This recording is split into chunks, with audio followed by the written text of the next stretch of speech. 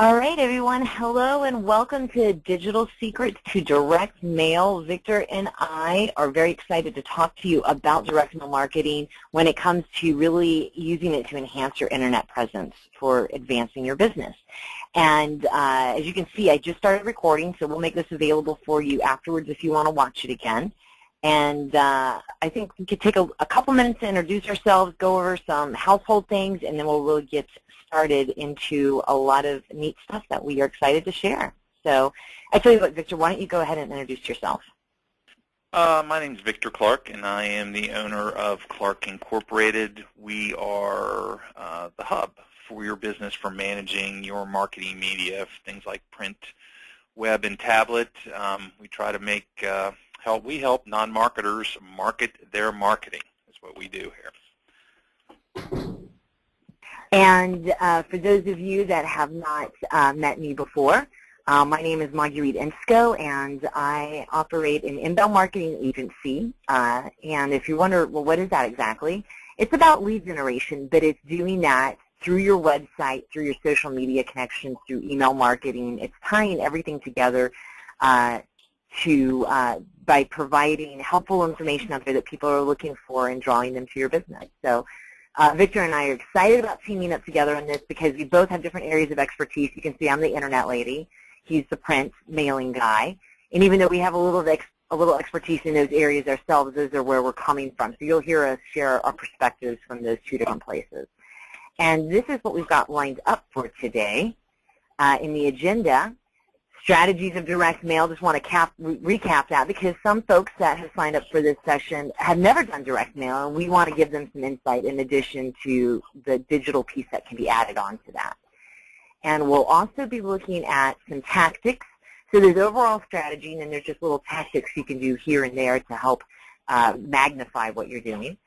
Then we have some examples to show you that we really like or don't like that will give you a lot of good perspectives or ideas. And then we'll look at your stuff that you're doing and talk about it. So I think we're doing good right now in terms of audio. If you're not talking with us, keep your phone or your microphone on mute, and that will encourage any background noises to go away, and that will make it easier for us to hear each other. That's the only housekeeping thing I have there. Did you have anything to add there, Victor? I don't have anything unless maybe we get Beth, Jeff, and Patty to introduce themselves and tell us about what they do, too. Yeah, let's do that. Let's have everybody that's here take a minute to introduce themselves. That's wonderful. I see Melody signed on, too. Oh, and Melody just, okay, super. Well, we'll go down the list. Let me see. They have names alphabetically. So, Beth, by default, you get to go first. Oh, okay, that's fine. My name is Beth Smoot. I work which is a credit card processing company, but I'm also getting ready to start a new business, and so I'm kind of new to the direct mail and marketing arena. So thank you for inviting me to participate today. It's a really good learning experience. Super, good. All right, Jeffrey, tell us a little bit about yourself. Yeah, I'm Jeffrey Fulgham, and I'm with Patrick Henry Family Services. We are a Christian ministry headquartered in Brookneal, Virginia, and we have a fairly large geographic area that we cover almost to the North Carolina border, up through Lynchburg and into Amherst County. We operate a number of group homes as well as provide Christian counseling centers. We own a 350-acre campground and retreat center and an equine facility, and are developing some other ministries that we're developing with churches to provide homes for families that are struggling. So we provide basically a very large range of services for youth and families that are struggling with a variety of issues at home. Neat. Wow, I love the equine part. Horses. I grew up with horses, so I love them. That's neat. Melody, please introduce yourself. Hi, I'm Melody Creedle. I'm with Absolute List Marketing Group, and we are a full-service direct marketing agency. We offer lists. There's a plethora of lists out there, and we also coordinate direct mail campaigns, telemarketing campaigns, and email campaigns for our customers. We specialize in the auto industry and the student or college industries, but we work with companies across the board. You know, Melody's a friend of mine, and so I was excited to have her join us today. And if you don't mind offering advice when possible, Melody, especially when it comes to lists, you know, I'm sure you'll have additional thoughts, including, you know, from Victor and I, and we'd appreciate that. And there was somebody else, Sinclair is another person who registered for today. He is in the auto industry, so hopefully he'll make it, because I think he would probably get a lot from that. So cool. Thank you for coming. Patty is another friend of mine that I've been in conversation with here over the last number of months, and she's coming in from the West Coast, which is really awesome. Patty, please share with us a little bit about your business. Sure. So my name's Patty. I'm the Director of Sales and Marketing here at IDEON. We're a custom content development company for e-learning, and we are always throwing around new ideas to bring in new clients and to keep in touch with potential clients or people that we've met in the past. So that's why I'm on the call today, because I need to learn more about direct marketing and how I can tie that in with online and other things that we're doing. Great. All right. Well, those that signed in on time get to do that lovely little introduction, and maybe other people will be joining here shortly. And we'll talk with them more towards the end when we go over their stuff. So let's get into talking about strategy here. I'm going to let Victor kick this off as soon as my screen decides to go to the next page here. There we go. Yeah, let's talk a little bit about, well, what we want to do with direct mail. Obviously, the ultimate goal with direct mail is new customers, new business, additional revenue, profit coming into the company is what we want our direct mail to do for us. But there's different ways to do that. One is to, create awareness of our company. All industries can do this to create awareness. There may be some people out there that don't know about you. You may have a great website you've just created, but you could have the greatest website in the world, but if nobody knows about it to go to it, you need to create some awareness of people where to go find you. Obviously, we talked about increasing sales. Using direct mail to convince the customer that you would be absolutely crazy not to do business with me with some of the text and words and images that you put into your direct mail. You may want to educate your customers, going back to educating them where your website can be. Maybe something like what Jeff does with Patrick Henry Homes is educating donors about all the good things they do for the children and families. Probably nonprofits would be the ones mostly using education now, but as we get a little farther into this, we'll talk about how B2B can use education to drive business. You can also use your direct mail to support an email blast or a social media campaign. You may want to send out an email blast and say, expect a postcard in the mail from me, or expect a letter from me asking for a donation to follow up to an email that you sent out, or maybe in some posts you put up in social media to try to drive your results from that. And then the last thing you may want to consider is one of the things Margarita and I were doing as we were writing this webinar was, well, let's pick up some samples in the mailbox and kind of use them and go through them. And you know what I found? I am really not getting as much direct mail as I used to. So if you really want to stand out in the crowd, you may want to consider direct mail, because it appears right now not many people are doing it. I'm just really not getting a whole lot of the old-fashioned direct mail anymore. So you would definitely stand out if you wanted to send out a direct mail piece, in addition to maybe some email marketing or social media marketing and things that you're doing. So that would be some of the concepts of direct mail. Anybody have anything, questions, anything to add, comments? Or? All right, moving on. I was going to say that, you're right. The most direct mail I get are bills and credit card offers. So either I'm on some bad lists or something here. But or Bed Bath & Beyond. Who doesn't have 25 Bed Bath & Beyond postcards stuffed between the car seat in their car?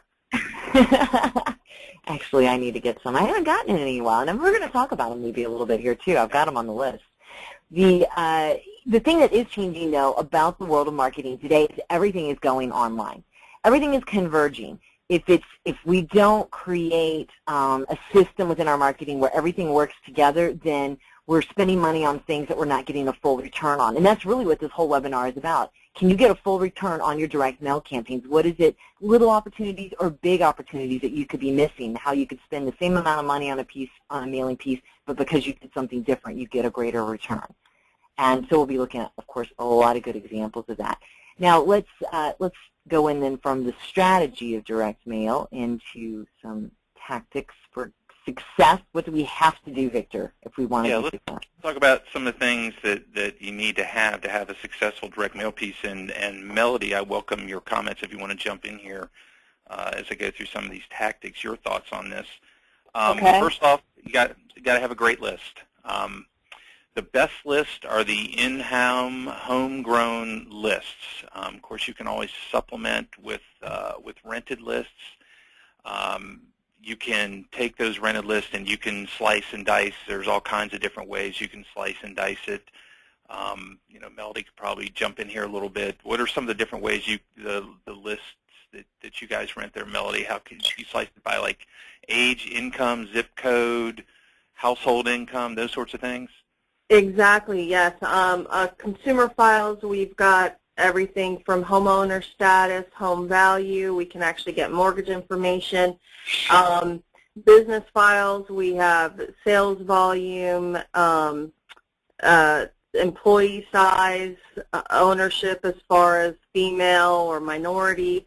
I'll be honest, when I'm talking to a customer, I really try to get them to define their perfect customer down to the last tiniest characteristic they can think of. And then from there we take it and try to match it, whether we're going to a compiled list or a response-based list, try to match it as closely as possible for them so that they're reaching the ideal market. Okay. Yeah. So, I mean, it's I guess practically unlimited how you can slice and dice that list, and of course, you can do a merge purge with your own in-house list to make sure you don't double mail to the same person, and the list brokers and mail houses can help you with that. Of course, you got to get somebody to respond, and the way to get them to respond is to have a great offer. You need to have something worthwhile, interesting, valuable that the user wants to get. It could be, I don't think anybody's ever bought anything while I'm picking on Bed Bath & Beyond, gone in there and bought anything full price. Everybody walks in with a coupon in there because they always have the discount coupon. So everybody's waiting for the discount before you go shopping at Bed Bath & Beyond. Maybe it could be an offer for information, and that's one thing that I'm not really seeing in a lot of postcards, and we'll touch on that, is an offer to get more information about the company. You need to create a sense of urgency. Put a limited time on that great offer. Make people think, if I don't act now, I'm going to lose out. The old theory is people are more afraid of losing something than gaining something. So put a time limit on that offer so that they can act on it quickly.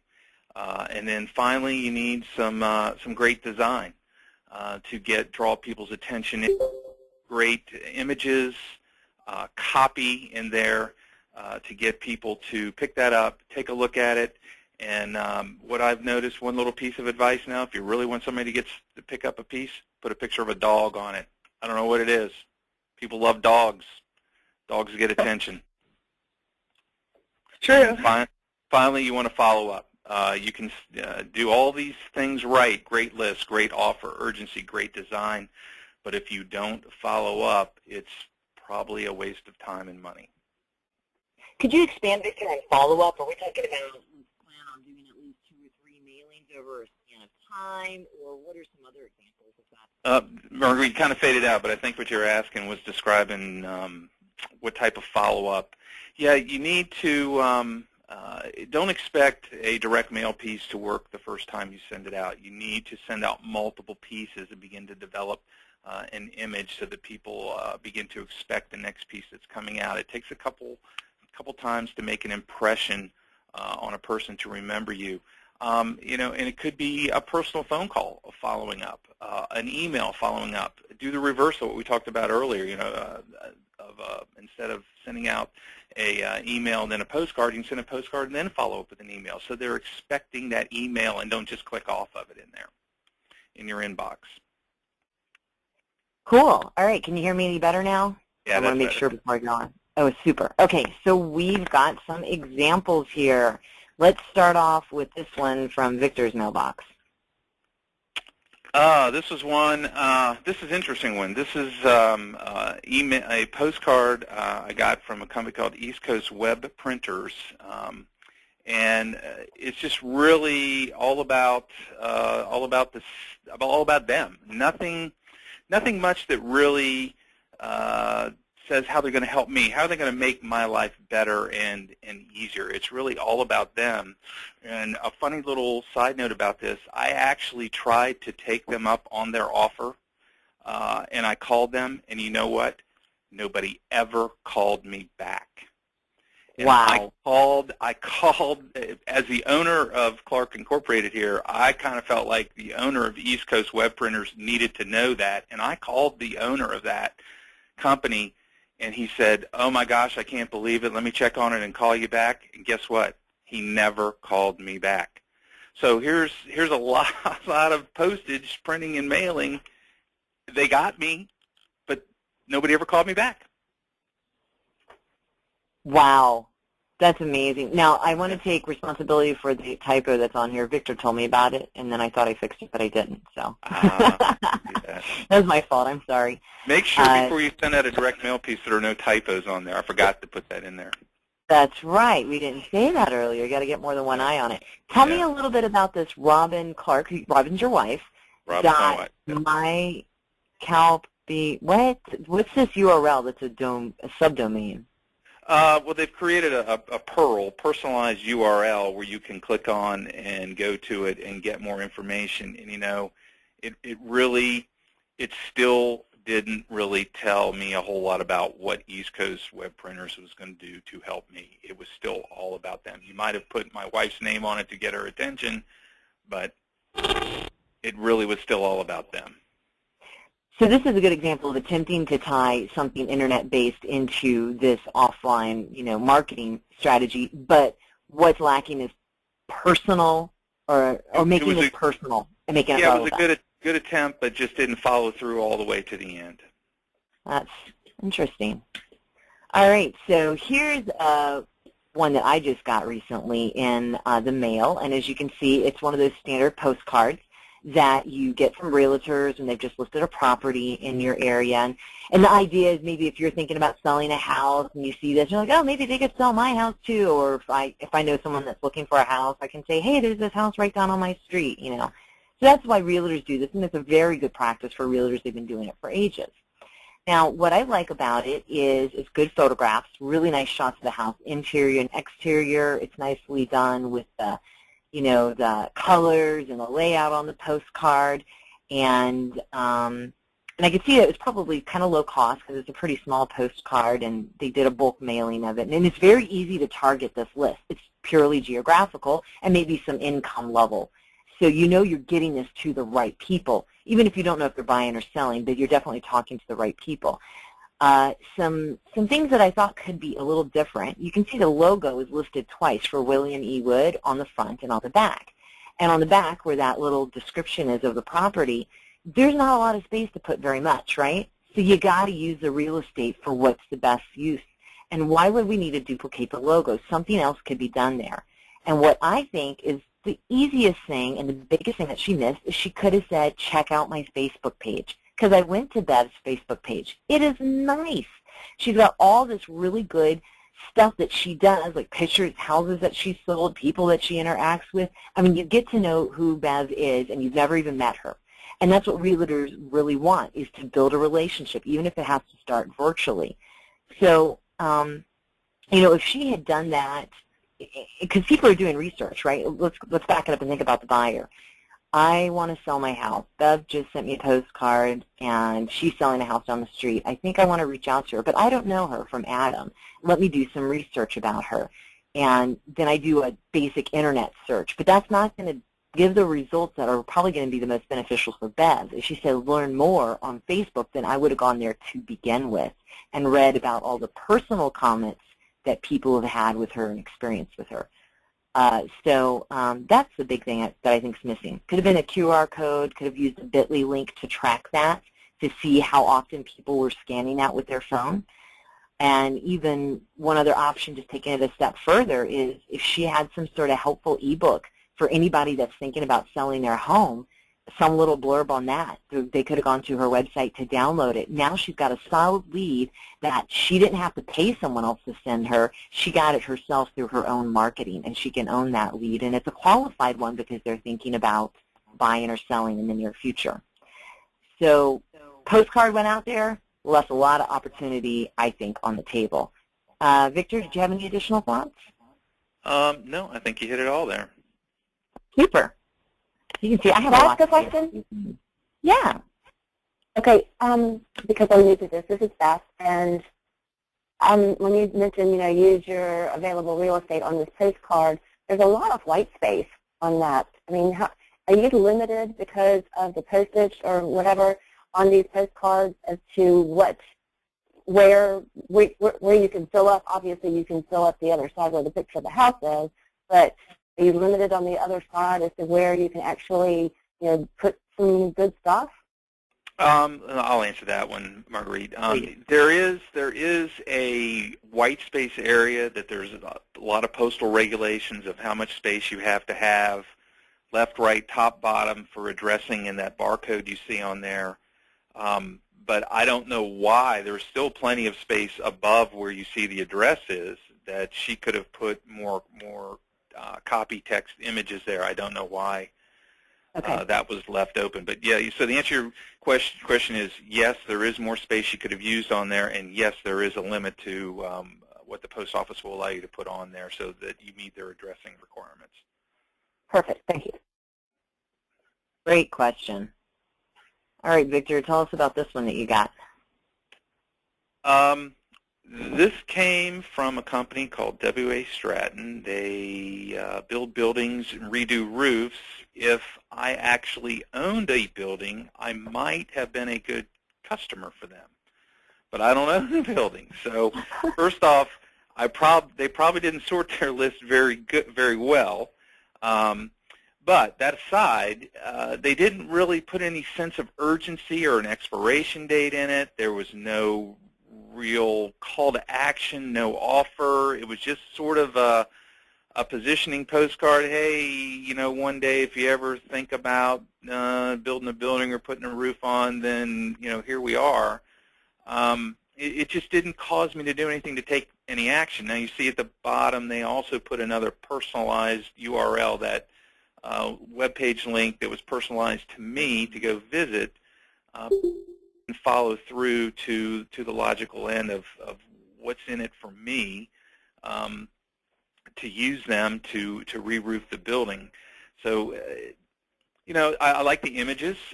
They catch your eye. I think they did a good job designing it on the back. See, Beth, they actually used more of the real estate here on this one than the realtors. But, there's really, I get it, and there's nothing for me to do. Make me do something. Make me go to your web page and get more information about why W.A. Stratton is a better roofer, better builder than ABC or XYZ construction company. Have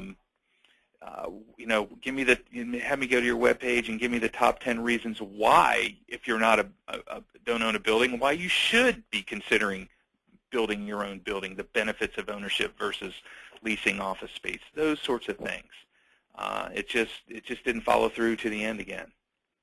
This is interesting that they really, the list choice or how you got on that list is absolutely ridiculous, and it was a complete waste of money. But, there's another thing, too, and I think people don't think about this with direct mail. Sending people through a direct mail piece to an online platform to do some sort of interaction is a way to collect data. And it's not always about making an immediate sale. Sometimes you have to know more about the people that you want to do business with, and the more information you get from them, the more specific your direct mail can be in the future to them in terms of the content that you're sharing, or when you need to send it when it's most relevant to them, because timing is a perfect thing too. So you're right, I'm not really sure. This is kind of like a shot in the dark, and that's unfortunate. If you're going to shoot in the dark for something, then create a way to build your online, or excuse me, your in-house list so that you can stay in touch and then become relevant to someone. Yeah, at least use it maybe to gather my email address, at least, that you can at least stay in touch with me periodically via email. That's certainly a lot more cost-effective than sending these postcards out, because this is not the first postcard I've gotten from them. Interesting. Well, this is one that I get every year from Union Mission Ministries, and they are really do a great thing. They've been around for over 100 years. They bring food, or they raise money to feed on Thanksgiving people that are homeless, or they can't afford Thanksgiving on their own. And it comes in a really small little envelope that's bright yellow. You can't miss it, and it's so small that it stands out from everything else. And you can see that we get an early bird Thanksgiving meal ticket. There's a couple more in there. I didn't scan it in, but you can sign it, and then they pass it out to the people, that you, as they serve them the Thanksgiving food, and say, hey, this person, bought you this dinner. It's really just a tactic to make people who are donating feel like they're doing a good job and get recognition, which I don't know. I don't think that's really where people's true charity should come from, but I guess if it works with fundraising, that's good. Here's what I see. There is on the one card where you fill out, check the box, how many people you want to help. It says, to give a gift online, go to unionmissionministries.org. I guess because they've been around for a long time, the people that they get most of their money from are older people who don't mind writing down credit card numbers and writing out checks. But I will be perfectly honest with you, I dislike all of that. I have to do that when I write my bills. And if you want to motivate me to be charitable, which I am totally motivated by charity, make it easier for me to give money. So on their website where it goes to donate, there's no PayPal button. And anybody today that wants to facilitate money online, they really need to use PayPal or something similar, which I don't think anything can beat PayPal right now, to do that. In their Facebook page, went to visit it. Awesome Facebook page. Love the pictures. Whoever's managing their Facebook page is doing an excellent job. Is there one reference here to Facebook? There's none. And when you go to the page, it makes you want to get more involved because you see what they're doing. There's these visual cues of the real thing happening, and here there's no picture except a turkey. So I'm just thinking, well, maybe this works for them because there's a certain demographic of people that they're just used to this kind of direct mail. My concern is what's the future going to hold for them? One thing I see on here also is here's my early bird Thanksgiving gift, and down in the lower left-hand corner they have a place says, please send me periodic email updates and there's a place to fill in your email address. How many people do you think really did that? Yeah. Probably not a whole lot. Just what I want is more email to fill up my inbox.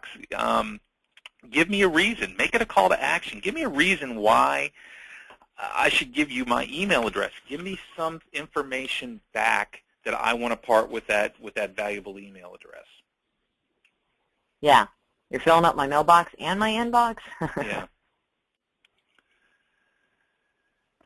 Here we go, Victor. This is the piece you got. Yeah, this was another postcard we've gotten here, and I guess my big takeaway is, well, we got lots of color, we got a lot of information. Get live chat, create products. Okay, that's sort of telling me, what you're going to do for me, but the link to the website there, the VIPpresentationproducts.com, is sort of getting lost in all that copy. Much like you design a website to logically lead the reader through your web page and actually guide them to do the things you want them to do, to click here, click there, look here, look there. It made it, I think, just me personally, it kind of made it hard for me to find what I'm supposed to do here. I see down there it says go online today, and then it gives me a phone number.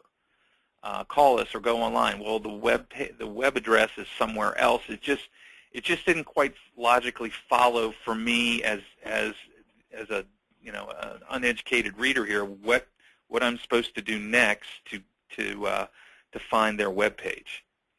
Now on the positive side, I would say real quick on the positive side, you can see they gave me an offer, 15% off, and they made it urgent. They made it expire. So that was good. That was excellent.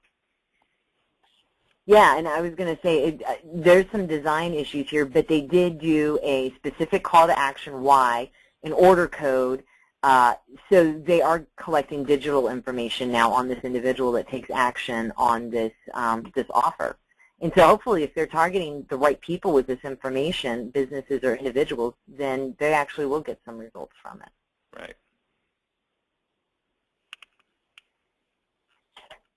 Now this is interesting. Here's what gives direct mail a bad name. This was just a batch of direct mail that we have gotten here in the office. Again, it's poor list management here. The top one there on the right is addressed to Danny Beard, who used to be the former owner of the company. Unfortunately, he passed away about 15 years ago.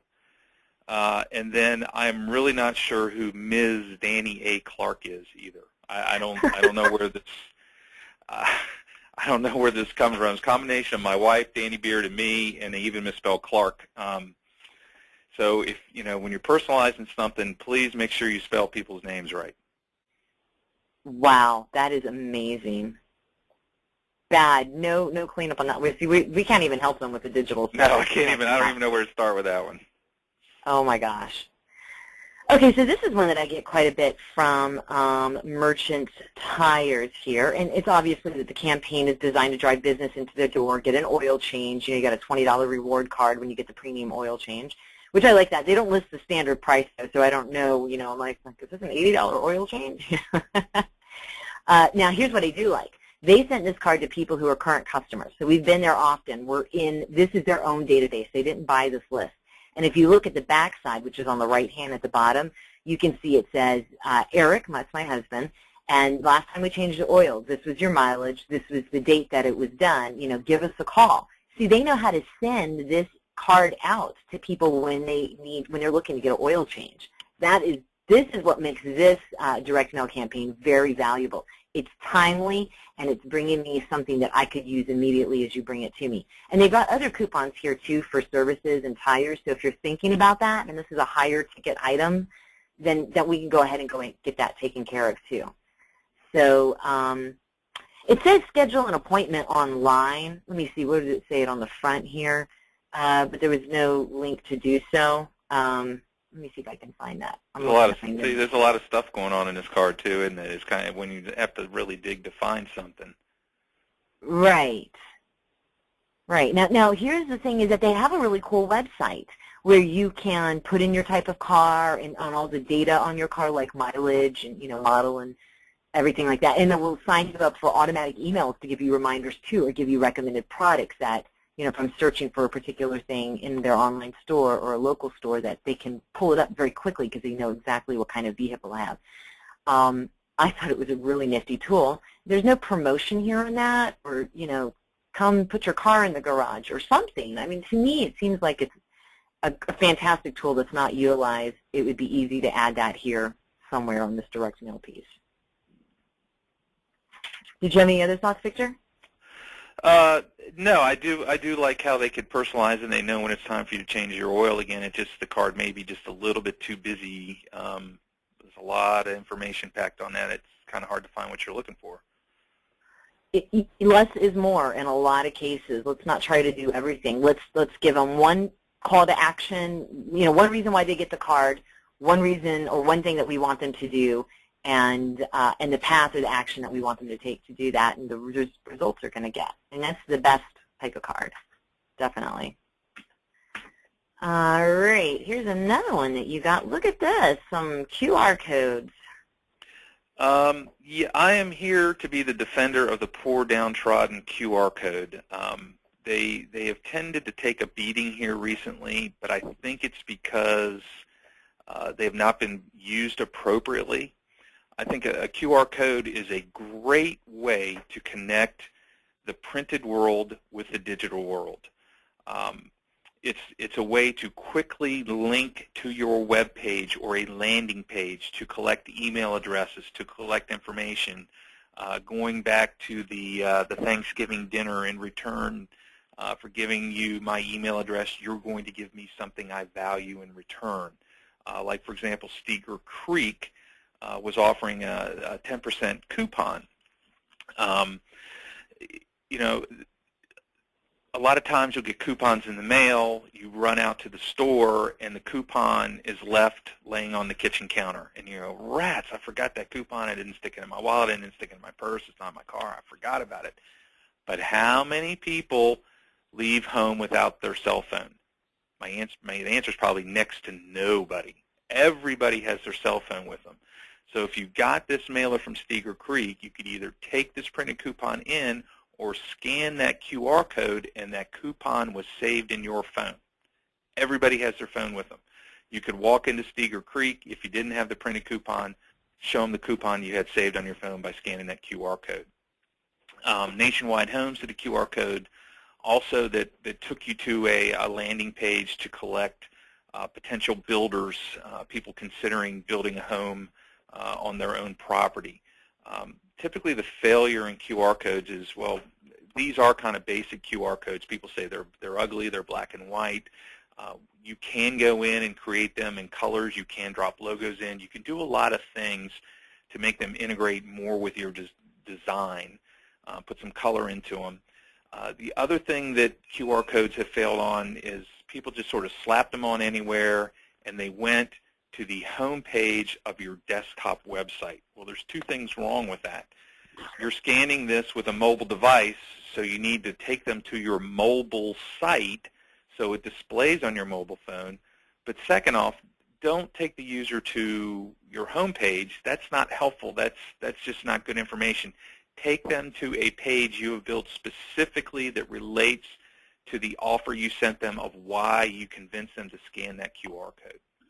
When QR codes are used like that, and then we can put some tracking data into that and go back to the direct mailer and begin to give them feedback of who is scanning their cards, which geographic area perhaps is more likely to scan your postcards you're sending out. So when you do your next one, well, I'll tell you what, let's send more postcards to that area I know is scanning more, and let's cut back on the places that are not. So you can begin to target your direct mail a little bit more accurately if you use those QR codes properly. What about, I see that they don't have like an alternative web address for the people that want to put it in manually. At least I don't see it here. I see that often below QR codes. I think that's pretty fun. Yeah, you really should. Yeah, that's one thing that should have been done is a website. If you didn't have the phone to scan it or really wasn't sure what it is, you absolutely, you're right. You definitely should have the web address near or at below somewhere that somebody can manually type it into their phone. You know, and the other cool thing with QR codes, when you scan it in and you go to the page, you can actually share that with other people. So if you've got a coupon you think it's pretty cool, you can share it with all your friends too. Great news for Steger Creek. If they got somebody who's a big fan of Steger Creek, got this coupon and scanned it and then shared it with all their friends. Yeah. See, that's leveraging. That's awesome. Yeah. I like that. Oh, this is really cool too. Yeah, just an example of some different design. New Vista Schools in Lynchburg, Virginia. This is their one big fundraiser for the entire year. I think it's 80–90%. They told me of their operating budget for the year comes from this finger licking feast that they put on every spring. And what this is a direct mail piece. When it's folded down, it's square and meets the postage dimensions that makes the post office happy, but you can see when it unfolds, it looks like a star. So it definitely makes you want to open it at least and see what's inside of it. And then there was also a reply card and a reply envelope to RSVP to the event inside, and it was all sealed up with like a gold foil sticker.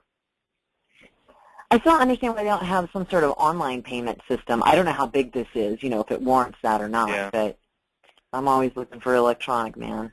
Don't like writing them checks. Yeah. Boring. I don't always have a stamp. You know, that's my problem. I don't always have a stamp. Yeah. But it's very cool looking. I like that. All right, so this is a postcard that I got from the other day from the Option Institute, and they are an institute that helped my family out with my special needs son in a tremendous way 3 years ago, and they've kept in touch with us. And look at this card. All it is a picture of the founding couple of the Institute, And they just said, after 54 years together, love is still the best choice. And they say, just love as many people as possible. It's the best game in town, and sign their name. They're not selling anything except love. And this is just, it really touches my heart. When I saw this, I was like, wow. And it just reminds me of the purpose of why they exist as an organization. And they're not soliciting for money, and they do ask for donations for scholarships. So it's not like they wouldn't love for people to give money to them. They certainly would like that. But they know that if every time they send a direct mail piece, that's all they're asking for, people get tuned out. So I like that. Now, what I wish they could have added was maybe a QR code to a video, and they could have had a special message in the video, because they do make a lot of videos. And they are pretty prevalent on social media once again, but there's no little icons on there that says, come like us on Facebook, you know, which easy thing to add, just another way to build that connection with people. But, yeah, I don't get many pieces like this in the mail. A positive message.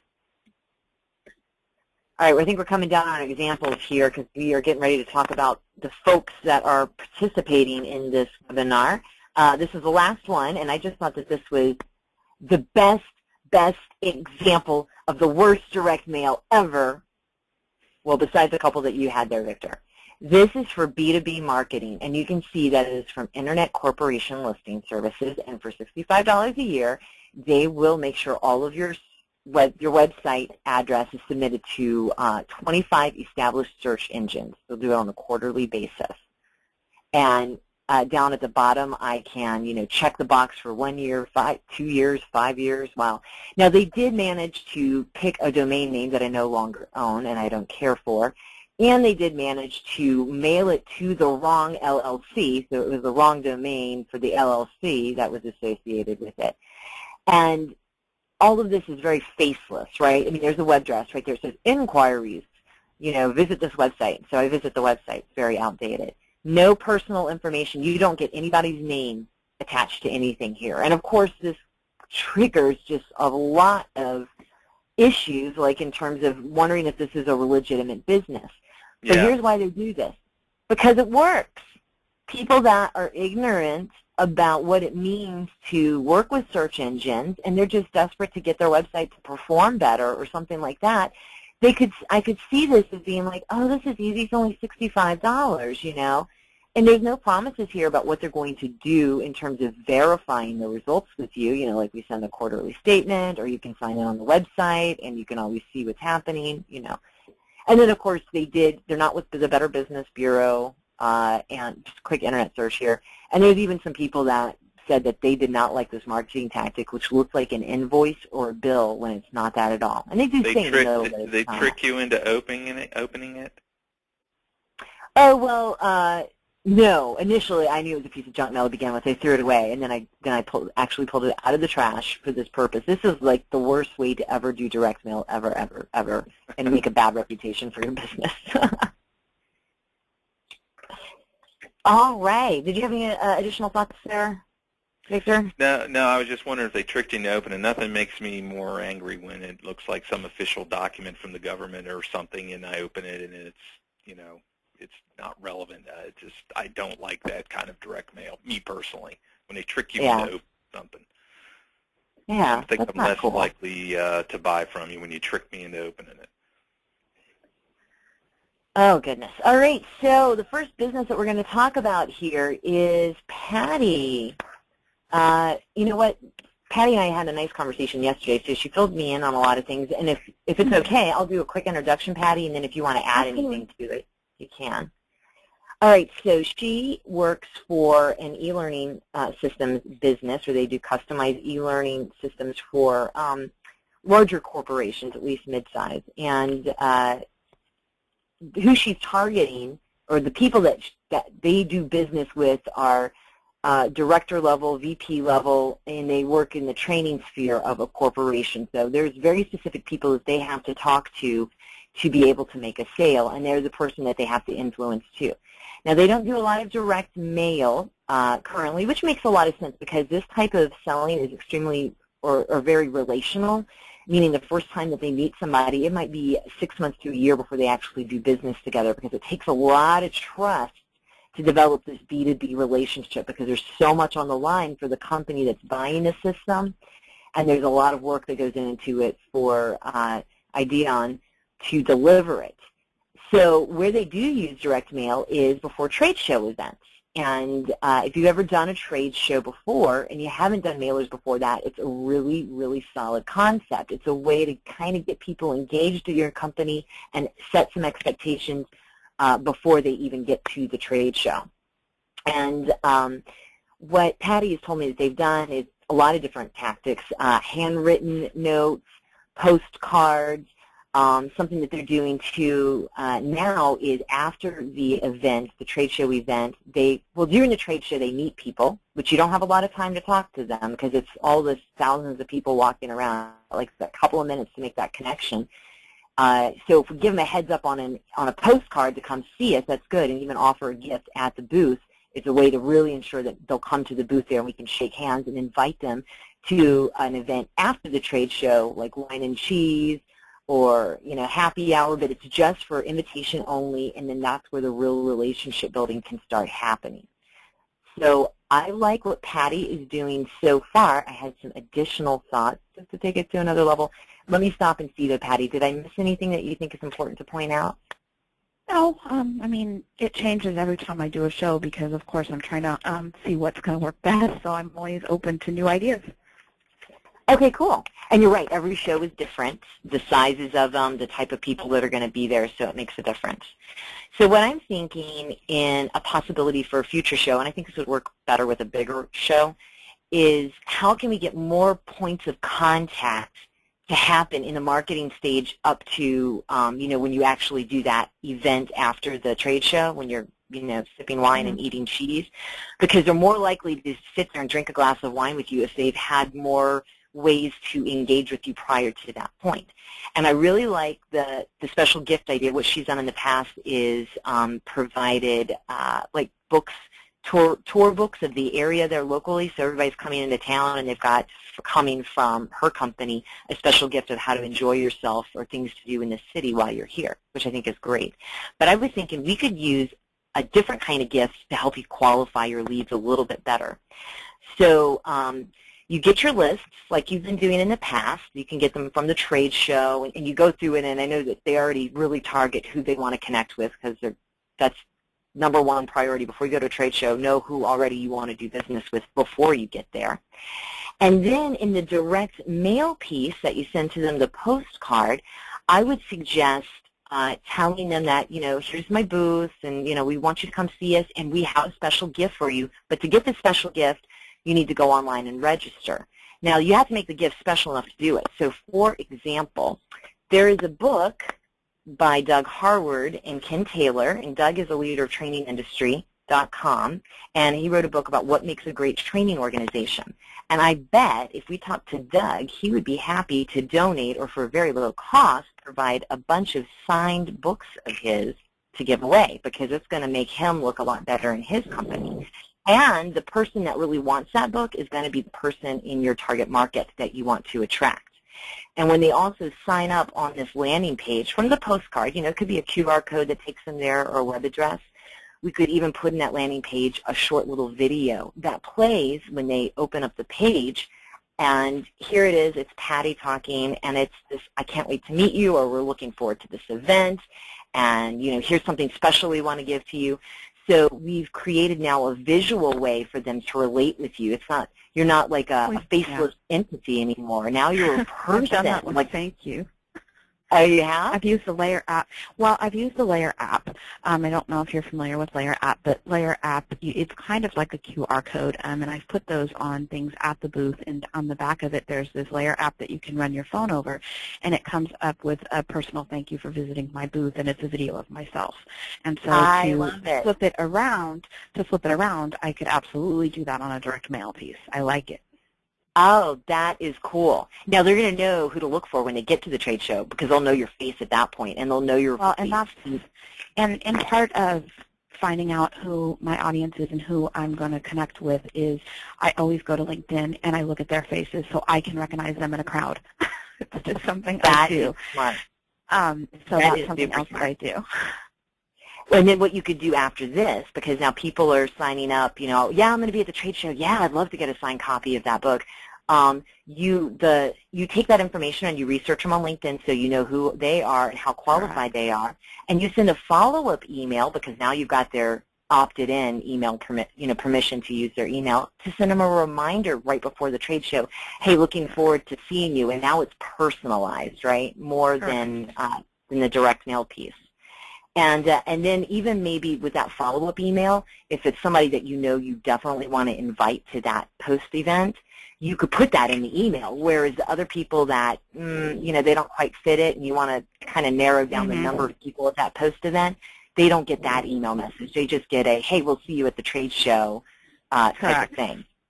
And so that saves you money, gives you, more importantly, you're not trying to deal with a room of 20 people like, oh my God, there's 20 people in here, who's the right person to talk to, or I can't ignore him, but he's not really the person I can do business with, I really need to talk to her, So you can create a more definitely have to work a room.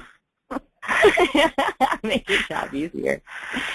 So that was my idea, and Victor, did you have any additional thoughts? No.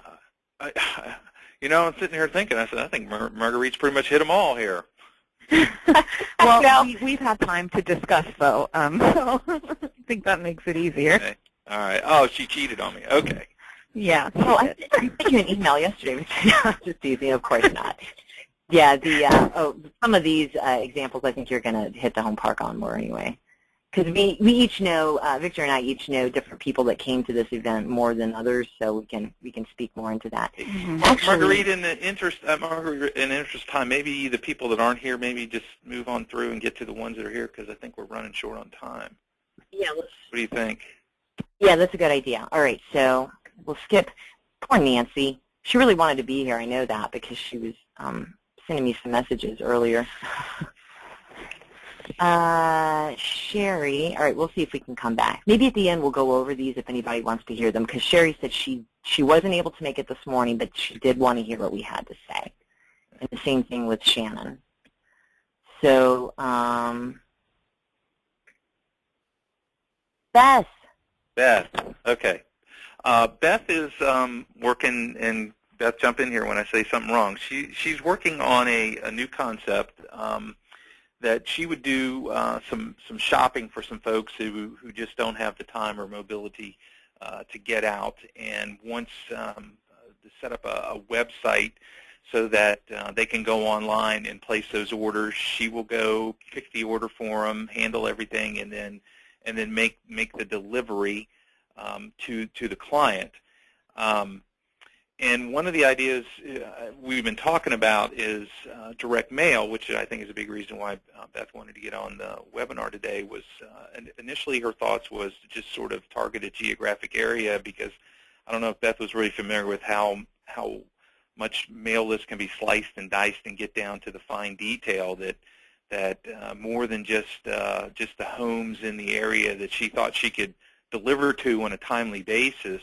We might be able to slice and dice this down a little bit more to homes that were a target for her service, but also has the disposable income to be able to afford her service, because obviously this is for a for-fee business, and not everybody, as much as they'd want to do it, just may not have the wherewithal to finance it to get it done. So one of the things I would suggest to Beth is come up with a list of how many is the total number of customers you could possibly serve.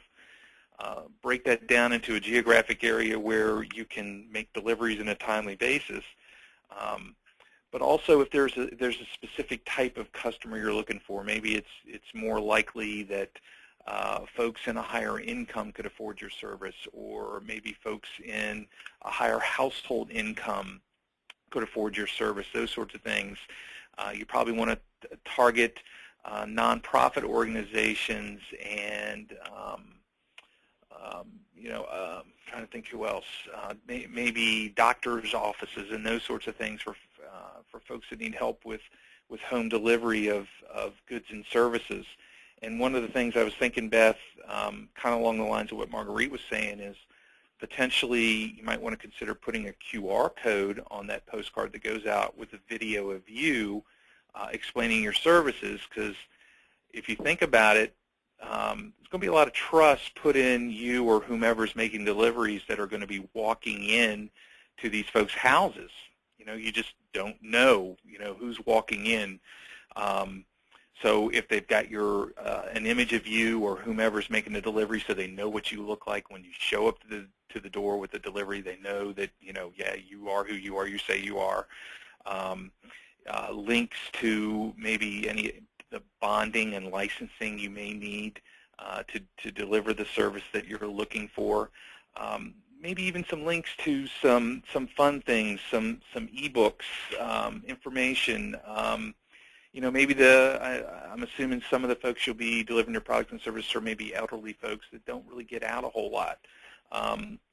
Maybe an ebook, just the benefit of just some social interaction with those folks. My delivery people, myself, will sit down and just talk for a few minutes with some of these folks that just can't get out of the house during the day. Maybe it's a calculator to calculate the gas and time you're going to save by hiring you to do the running around town and do the shopping for them and the delivering. Those are just some thoughts I had. What any of those kind of grab your attention, Beth? Oh, absolutely. Yes. All of them. All of the above. All of, yeah. Okay. Yeah, that sounds pretty good. I hadn't really thought about a QR code. I'd really, to be honest with you, that's something that I really don't utilize a whole lot. I probably should, but when they first came out, I thought, oh, that's a real cool, neat idea. But I think it's kind of gone by the wayside. I don't know anybody around me that really utilizes them, or to tell you the truth. But yeah, that's a good idea, and I do like the calculator on how I can show to save time and money. I had thought about on their end, no, they're not going to know what I look like unless I introduce myself somewhere and they can see what I look like. Because I thought about it on the other side that first time I go to someone's house, I'm not going to know really what to expect either. But I think that's an awesome idea as far as letting them know what I look like and who to expect. That's very good. Thank you, Victor. Okay, good. Yeah, I would add to that. I was thinking when you were talking, Victor, like a postcard from Beth. Hi, I'm Beth. I would love to help you save time and get stuff done. Here's how we help make your life better. So we're not talking about how good Beth is, like, we've talked about in the other direct pieces, but more about the benefits for that person. And I'd be happy to make a first delivery for you for free, Come here and watch a video to learn more of me. And then you watch a video and they actually see you talk about yourself, like maybe why you do this business, what's important to you when it comes to relating to customers, and maybe it would have to be really short, but it would have to be something that people are like, wow, oh, cool, I can't wait till she comes to see me. And the only other thing I would add, too, is any sort of way that you connect this to the Internet. Like, we need to get people on the Internet.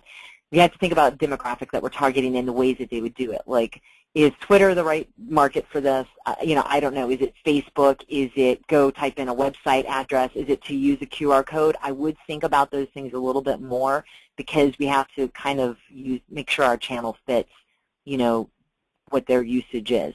And then you could break it up, though, like you said, Victor, by demographics and have a different message for one. Elderly people need a different message than the mom on the go.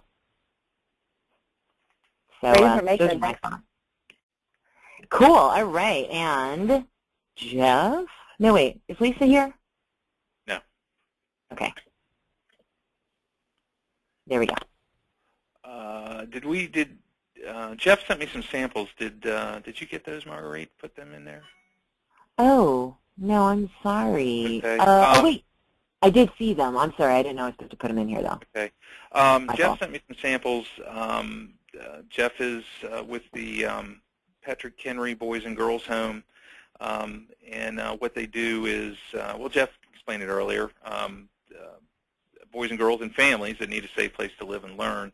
And right now they're sending out, I guess, regular personalized appeal letters to go out, and Jeff sent me some samples. And they were good, well-written letters. They were personal. They kind of reached out to you and made you want to respond. The things I saw Jeff maybe considering, maybe the website link at the bottom was kind of at the end and kind of small. Maybe make that a larger call to action. Maybe a place to go to the web page for a call to action. put some the logos for your links to your social media pages on there for people to go to the web page and learn more about Patrick Henry Family Services. And in letters, kind of like what you've been writing, I think a lot of people know, but sometimes it's not done, is the first thing in a letter, what's the first thing people read? Is the P.S. So maybe you might want to think about a P.S. at the bottom. That's where your link to the web page is to go make the donations, or the point you really want to get across to the individuals. And we could slice and dice your mail list to try to personalize it. Maybe put some images, maybe some families that have girls in the family, it's just an image of girls, or maybe a family that boys just do images of boys and those sort of things, and try to make it just a little bit more. It's already personal. It's great if we can just make it a little more personal for them. Thoughts, Jeff? Is there a PayPal? Is there a PayPal option? There isn't, but it's the first thing I wrote down.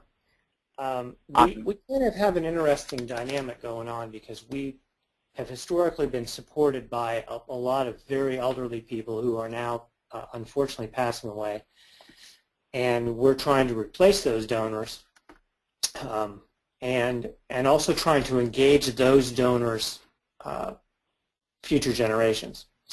So we're basically having to change the way we do things, and I think everybody's doing this. It's just some organizations tend to be more focused on elderly donors, and some have a, like an SPCA is going to have a wider range of donors than we have. Good point. We've been around for 53 years. We have a number of donors that have been giving to us they started out giving to us as young people, and now they're older. So we're just trying to broaden that reach a little bit and trying to redevelop our social media and just really expand how we reach younger people. So PayPal obviously is a very good suggestion to that, and obviously getting social media more into our appeals is really good too. It's just, and we're trying to do that in other areas. It's just we haven't really gotten it into the appeals yet. We do 3 or 4 of these a year. Oh, okay. And then to add to that, then just a thought. Like I'm working with a client that I have right now is working with a nonprofit, and they've teamed up to do an advertising campaign that both brings money to the nonprofit and gives exposure to the company. It's called the Ugly Office Chair campaign, and they're supporting homeless children too here in Hampton Roads. And the idea is people who participate by sending in pictures of their ugly office chair, that picture is $10 of value that goes from that office products company to the kids, for kids. And so tying that social media kind of campaign and strategy together with the direct mail piece, I think would really hit a good home run. And so be thinking about more of that down the road, and keep it more top of mind. Compelling. And I appreciate your comments, Victor, about sort of segmenting our database, and that's actually why we've spent the last 9 months converting over to Razor's Edge, is so that we can better segment our groups and go and have maybe a half a dozen different appeals that are focused on different demographics, and I think it is going to help us a lot. It's something we've never been able to do before. Good. Oh, that's super. Good. Yeah. All right. Well, you know what? I would like to point out a couple of things that you guys might be interested in downloading from our websites. And then, if you're okay, Victor, I thought we could go over the other examples of people that aren't here, but I know that they want the recording. So anybody that's hanging out, they can head out, but we can stick around and finish our comments. So talk about your new book. Actually, I didn't write this. Deborah Harris in our office wrote this. She is the queen of mail. Any question you got, I bet you she knows the answer. So we've written How to Avoid Disaster at the Post Office, to take you through the step-by-step things you need to know, all the crazy postal regulations, how much white space you need for addressing reflectancy, if you've never thought of that when you're addressing a postcard, the size of cards need to be when they fall into different rates, whether you're mailing, and then whether you want to mail first class, standard, or nonprofit. So hopefully we've got everything in there. In addition to that, there's a checklist that you can print out, a single-page checklist before you send this off to be mailed. Have I done all these things? And then we've also included the 2014 postal rates. And good news is the post office has said rates are not going up in 2015. That is cool.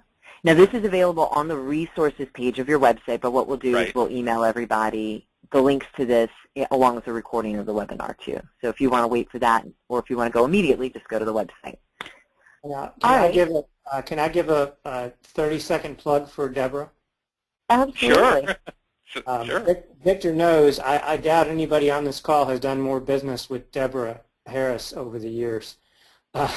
And I've done probably, I'm going to guess maybe at least a dozen, if not 2 dozen mailings with Deborah. And she is absolutely fabulous about finding out everything that you need to know. And she digs around, and she just does a great job. And she even used to let me come and sit at her desk for an hour and a half and manually go through the list to make sure that everybody's names were where they were supposed to be. So, yeah, this is really cool. As soon as we hang up, I'm going to get this. Great. Thank you, Jeff. Appreciate that. Oh, that's wonderful to hear. Well, I want to say thank you to everyone that joined us in this webinar. Victor and I are going to keep moving along. You are welcome to stay, but if you've got to run because you've got other responsibilities, and we did promise a cutoff time at 2:30, we totally understand. So thank you so much, and I'm sure you'll be hearing from us, or reach out and give us a call if you don't hear from us soon. Yeah, any questions, call me. Video or call, questions. Thanks, you guys. I really appreciate it. All right, really bye. Cool. Appreciate it very much. You're welcome. Tanya, I know that we've talked a bit about Tanya before, and I'd love for you to kick this off, though, about what she's thinking about with her direct mail strategy. Yeah, Tanya is Director of Marketing for Academy of Fine Arts in Lynchburg, and they are taking a 100-plus-year-old building and restoring it to its former glory, and you can imagine the time and money it takes to get that done. So they've been trying to do quite a bit of fundraising through the patrons of the arts, using website newsletters, those sorts of things, either as an annual fund or just an informative of what's going on. Hey, here's what's happening downtown. Here's the events we have going on. They have theater productions, musical productions. They have art displays, all kinds of things, all the arts down there for people to come and participate in. And one of the thoughts I had for Tanya was maybe adding a QR code which linked to a video showing the renovation of the old theater, so that people can see where their money has gone and what their money has happened. If you could ever have seen what total disrepair this old theater was in, and to see where they've gotten it to so far, it's remarkable. And when they have it done, it's probably, I'm sure it's going to be just a tourist attraction for the city. They've done a great job with it. So I think adding QR codes maybe to a regular postcards going out for folks that have donated to see some video of what's happening, and then segmenting that maybe to some other folks that they want to be donors but have not donated, to kind of say, look, see, your money is being used wisely here. Look where we started. Look where we've come from. Those are kind of my ideas for some direct mail and adding to the current newsletters and donor letters they send out now. Yeah, that's great. And the fact that they have donors already can give them a really good profile of who they want to go with to capture as new donors in the future. And you could even, with the videos, I was thinking, if your donors, if you have enough information about them and what motivates them, you could have different videos, based on their motivations. Something, though, like if someone's just like big into historical stuff, like here's something we recently renovated here, and here's just a neat thing about the history of this building right here at this spot, that we're working on. And then other people might be more interested just in urban renewal, and so the video could be more about like, hey, look what's happened since we started working on this and where we are now and the urban renewal that's happened in the area. So it is about creating messages that are relevant to the person that you're mailing them to, and they're shareable. Okay, so not only does it go on your newsletters, but it's also shareable on the internet and social media, which is really important. So there's multiple reasons to have videos, and that would be a very powerful tool. I don't think pictures could do justice. I think it definitely takes Yeah, video. Yeah, definitely video. I think is a much more powerful than just pictures in a static newsletter. Yes. Okay, let's see here, Lisa. And oh, by the way, Tanya, sorry about mispronouncing your name. Tanya. Lisa is a realtor. She's a friend of mine here in Lynchburg, and she's been a realtor for, I guess, a little over a year. So obviously her target market is home buyers and sellers. Now there is a certain geographic area, she works more than others, obviously, because she's more familiar with it than others. And currently right now she is working on trying to get a website going.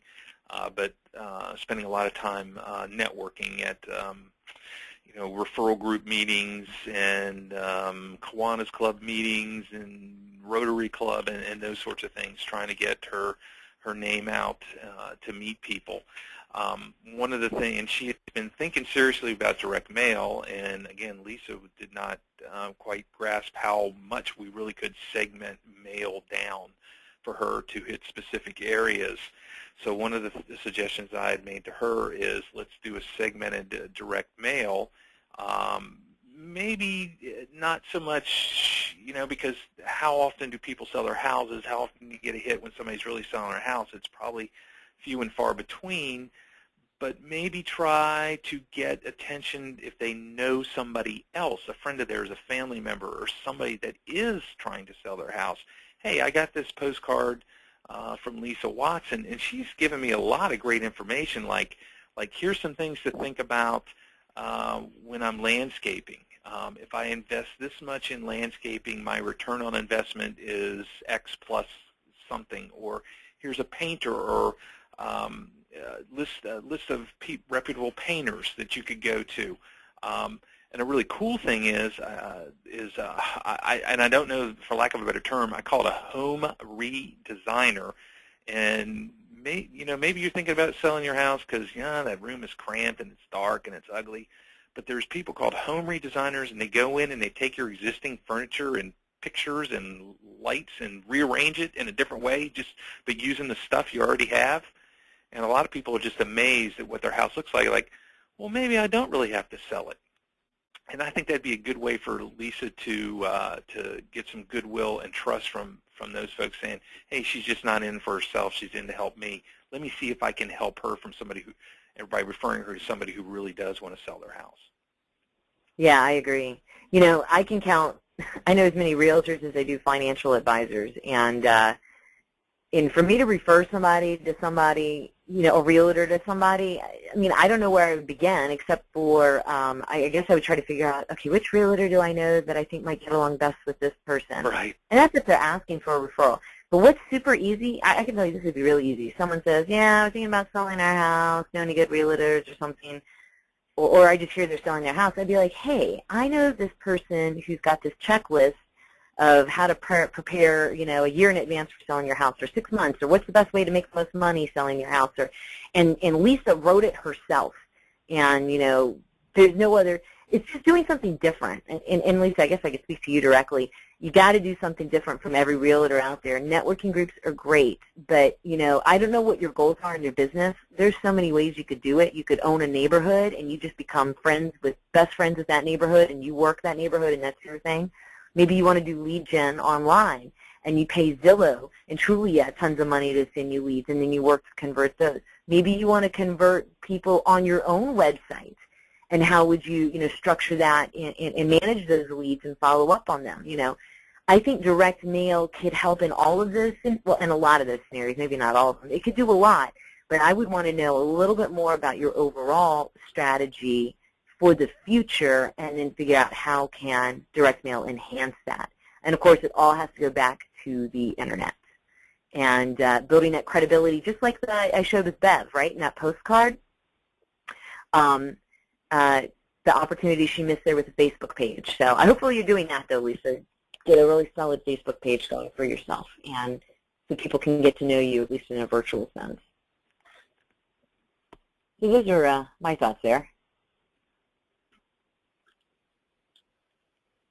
All right. Here is, oops, Sinclair. Now, he does something interesting that a lot of people, well, not a lot, certain people specialize in, which is advertising in the auto industry. It's very specialized. I actually happen to know a couple different people who do this, so I have a little bit of experience as in discussing this a lot with business people, what they do for dealerships. Now, his target market, this is what I'm assuming because I haven't talked to Sinclair, but I'm assuming if he's a consultant providing advice to dealerships on how to do their marketing, so he's always providing advice, of course, on how they could do direct mail marketing, and he might even be facilitating that direct mail service.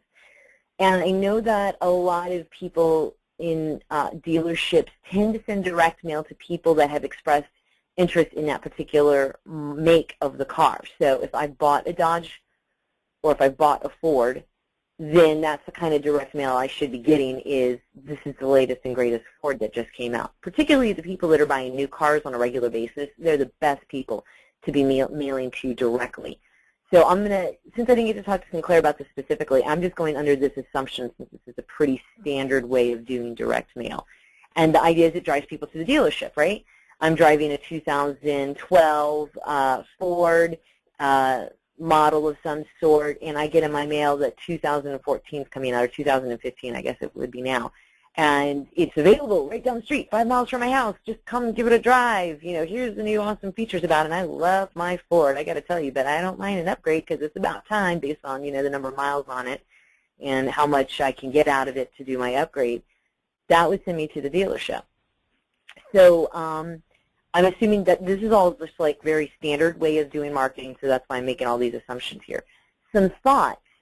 You know, it's always important through any direct mail process to help that company gain in their marketing through email and social media, and to use landing pages. I mean, this is, since I'm working with generic information, I'm just giving a generic recommendations. But if we're sending out direct mail and we're not getting people to come to the website and play around on there, because a lot of these websites are more sophisticated these days where you can do a lot of customization or picking out of your ideas that you want to see within a vehicle. It's all a way to collect data on that person. And that's, I think, the biggest deal here is everything needs to be really data-driven, and where can we get more data? Because people are eventually going to buy cars. It's just a win factor. And the more data we have, the more we can determine that or figure that out based on how their older model of their car and so forth. And just landing pages, just never ever send anybody to the home page of the website like Victor said. You've got to have a reason for them to go somewhere and they land on that page to do something. And here's something a lot of people don't think about. After they do something, we can ask them to do something else. Why stop a good thing that's going, right? And so we have to follow through on that whole thought process. If we get them to do the first thing, what's the second thing that's going to move them down that funnel or that pipeline a little bit more? Did you have any additional thoughts there, Victor? Well, you know, I was thinking about what Patty was saying, how she'd use that layer application. It's kind of like a QR code, but you take a picture of a page and it kind of virtually puts you into the image that you've snapped a photo of on that card, postcard. And I was thinking, you know, you might be able to send a postcard out with a picture of a vehicle that, using your data segmentation, you know they're interested in. You know, this guy is a truck guy. He's not a convertible type guy. Send a picture of a truck with that layer app that they can pull their phone out, and it will virtually place a picture of them sitting in that truck. That would be something kind of cool and different that would drive people into the dealership. I like that. That's a neat idea. Yep. All right, let's see who else. Oh, we've got Shannon, a life coach. And I know Shannon personally. What she does in her coaching system is help people that are seeking a transition into a new career. So it's a bit of a life coach or this career coach. She has a lot of experience from spending many years in human resources with various companies. So she understands all the tools and the strategies and how to go out there and get the job that you really want. So she's coming from a lot of great personal experience. And I know that because she's got a relatively new business, that she's not doing any direct mail at this time. But she does have a new website that's set up for lead generation. And when I say that, what I mean is that she's got content that people can download, like relevant ebooks and information that would be important to someone looking to change their career. And they can download it from her site, and she's got their contact data to do automated emails that follow up afterwards to help nurture the relationship. And she can look to see how people respond to that email by opening them and clicking in them to get an idea about where that person is in the buying process. And then she could choose to reach out to them, or they may reach out to her because she asks them to in the email. And the direct mail is a really good way to potentially drive a lot more traffic to that website to get the process going faster because it's a new website. Now, here is a bit of a challenge, and you can correct me if I'm wrong, Victor. I think it's going to be hard to get a qualified list to mail to, because how do you know someone's in a career change? I mean, I guess everybody at age 50 is looking to do something different, but that's that's not enough data. And this is not limited necessarily geographically. I think she likes to work with people locally, but that doesn't make that much of a difference here. What I was thinking is direct mail, I think, would be a lot more beneficial if she marketed to human resources directors, because these directors are dealing with huge groups of people, their staff of the company, that are dealing with career choices.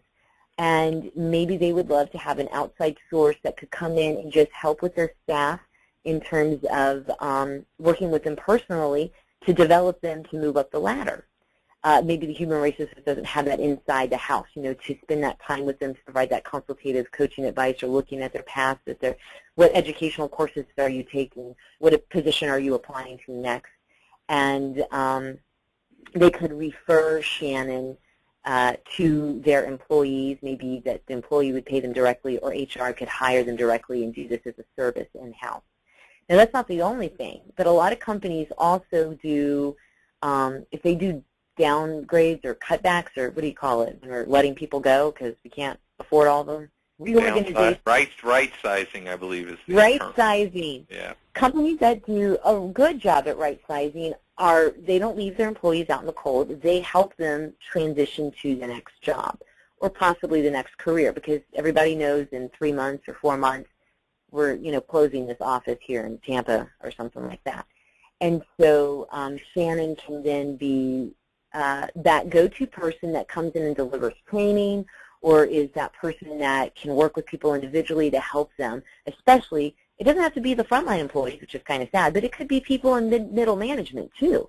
Now, they've got a bigger issue going on because they either have to choose to move somewhere else to look for a job, or they have to do a career change, usually when you're talking about large organizations, especially here in the Hampton Roads area. So I would be just using direct mail to say, hello, I exist, to HR directors, and then have a follow-up plan, especially with her website has that lead generation thing set up just for them so that she can build a relationship with them. It might be the door that opens, and then it really has to be more of a personal conversation. Yeah, I would add that she might want to add some resources on her webpage of what's in it for the human resources director in those companies to hire her, because sometimes HR directors, I think they may get a little nervous that somebody's walking on my territory. Hey, this is my job. Why should I outsource it? If I give it to somebody else, the boss might think, what do I need this person for? So it may be helpful to come up with a little ebook about what's to the benefit of the human resources person to recommend that Sherry be hired and brought in to help with the company. Yeah. And it creates, so a landing page would be very important. You're writing a piece of content just for human resources directors. Right, yeah. But this would be an excellent way to grow a business, because there's only a finite number of HR directors here in Hampton Roads with certain business sizes where this would make sense, and you just got to get to know them, and this might be that introduction to do so. Mm-hmm. And just a little bit of experience working with those people that are sending your way, so you're not out there chopping wood and bringing it in your house. People are sending you firewood, so to speak, when it comes to business. That's really ideal, and that could also be a way to show results, to share with other people that are not, just come to her individually, that need help. Right. Testimonials and stuff. Okay, I think we have one more here. Oh, no, we didn't talk about Sherry. All right, so this one, and then we have one more. So Sherry is, and her husband, Mark, have a local printing company here in Hampton Roads, and they do mailings. They do national mailing, so they have very large accounts, and they focus mostly on postcards. So the reason why they were interested in this webinar is they wanted to see if there was anything they could do to improve on the mailing tactics that they recommend for their clients. And two of the clients that she mentioned was Freedom Furniture and Bed Bath & Beyond. Dun, dun, dun. I love Bed Bath & Beyond. Oh, you do? Well, maybe you have a better memory. I haven't gotten a postcard from them in a while. Oh. But, I didn't get any samples, so I have to kind of operate with in understanding about how these work. She did tell me that with Freedom Furniture, the best mailer that they've ever done is when they sent out a fake credit card in the package. And Freedom Furniture is all about, they target people in the military, and it's all about buying on credit. Military, buy on credit. It's military town, so I guess it works. That's their shtick. And we know Bed Bath & Beyond is all about discounts, or the coupon come in for first whatever amount of purchase, right? Now, my understanding is she told me they don't tie anything in with the Internet. Like all their mailings don't have anything, I guess, beyond a website address that has to do with the digital presence of these organizations. And so the ideas, I mean, I can't go really, really specific here, but we could throw out some. I mean, basically, every mailer, as I've mentioned beforehand, should be helping that company gain digital ground and increase email marketing and social media. So, because if I'm getting postcards from Bed Bath & Beyond and that's it, well, that's influential, perhaps. But if I'm also getting emails from Bed Bath & Beyond and I'm following them on Facebook, they're a lot more present in my life and the products that they have to offer and the coupons that they have available, and I'm more likely just to go down there and use them. And both of these entities have, what's interesting, they have online stores, and they also have physical locations. And what's great is that it appeals to either shopper, because there's a lot of people who love online shopping, and I can say that's true for my household as compared to going out and buying things, just because it's a time-saving factor. And in some cases, it just may be too far away, or I don't want to deal with the traffic to drive down there. So are these coupons that are being sent out or these offers that are being sent out compatible with online purchases? And or if they are, is that really clear? I want to see that for sure. And I guess just to wrap my thoughts up here, are we doing all that we can to collect more data on these people so that every time I send them a mailer, it's relevant to them and what they're interested in, and I'm not sending them stuff that they're not interested in, and it's easier to collect data online. What are they visiting on the website, what pages, what kind of links are they clicking on in the email, what emails are they opening? All of this data can be rolled into it. But that's very sophisticated stuff, of course, and this means what is the bigger strategy of these companies? I'm not sure a print company can help a big company like Bed Bath & Beyond change their entire marketing strategy, but I think they can certainly offer some very good suggestions that could shape the future if that's something that they're not doing now. I just wonder if the thoughts you gave them for improving Freedom Furniture and Bed Bath & Beyond, maybe they could use for their own business to attract new clients. Yeah, absolutely. This is the stuff that really works really well across the board. I guess that's why I put it up there. All right, so what's our last group here? Bible transmission. And now this is like a totally different thing, right? And this is great. I think we're wrapping here on a very positive note. Just to give a quick summary, Bible Transmission is a nonprofit organization, and interestingly enough here, their challenge is just to let people know they exist. They're not even asking for money or donations. It's privately funded, but their heart is to get people that are missionaries internationally to know about them, because on their website you can download audio Bibles in over 1,200 different languages, and it shows you how to share those audio Bibles through mobile phones, which is very, very important in developing countries where the phone there is just as important to them as it is to us here today. But these phones don't typically have internet connection or anything. So it's a manual or offline transmission of the Bible. Now, who Nancy wants to target is directors or people that are leading international mission organizations, because that's the fastest way to get audio Bibles in the hands of people in these developing nations, because that's the ultimate sales point. If you think about it, the whole thing, the sale has been made when somebody that never had a Bible before in their life has got it in their phone. So that's what we're thinking about. How can we get all the way to that point? And she doesn't have any direct mail strategy at this time. There is a really good website. There's social media. These things are great, but they take time to grow, right, to get people there, traffic, and develop relationships. She does a lot of cold calling, which is great. It works, but all of this is still really slow, and we want to get more people to know. She is looking at radio ads and other paid ads. Now, the positive thing is you can get a lot of people, but they're not targeted. So you're kind of spraying and praying, I guess, is one term that you could use there. But fortunately, a lot of these are very low cost or even done complimentary because it's a nonprofit. So what could we do, though, with direct mail that would really change things? What's a good strategy?